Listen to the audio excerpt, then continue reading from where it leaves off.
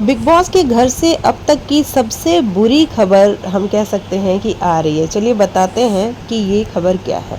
दरअसल खबर ये आ रही है कि मिड वीक एविक्शन कर सकते हैं बीवी के मेकर्स इस बार। मतलब मिड वीक एविक्शन का मतलब आप समझ लो कि बीच में ही कोई चला जाएगा, यानी कि जो नॉमिनेटेड कंटेस्टेंट है उनमें हम ये अनुमान लगा रहे थे कि प्रणीत जा सकता है या नीलम जा सकती है।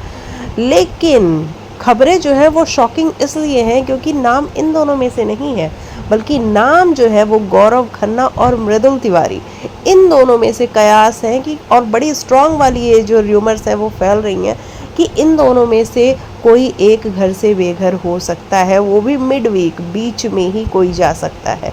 अब देखो मृदुल का क्या है कि मृदुल का कोई गेम तो है नहीं, बड़ी क्लियरली हम देख रहे हैं ना उसके साथ, उसकी किसी के साथ बहुत अच्छी दोस्ती है, ना उसका किसी के साथ बहुत अच्छा कोई बॉन्ड है, और ना ही किसी के साथ कोई दुश्मनी है।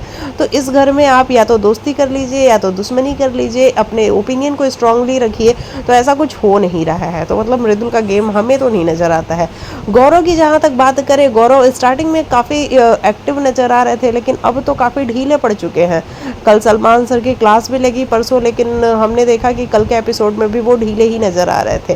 तो ये भी कह सकते हैं कि गौरव का भी गेम कोई बहुत खास नहीं है। बिग बॉस जिस तरीके से गौरव को लेके आए थे शो में, गौरव को ही उन्होंने हीरो बना के रखा हुआ था कि गौरव ही है हमारे 19 सीज़न का हीरो, लेकिन गौरव ऐसा कुछ करता हुआ नज़र नहीं आ रहा है।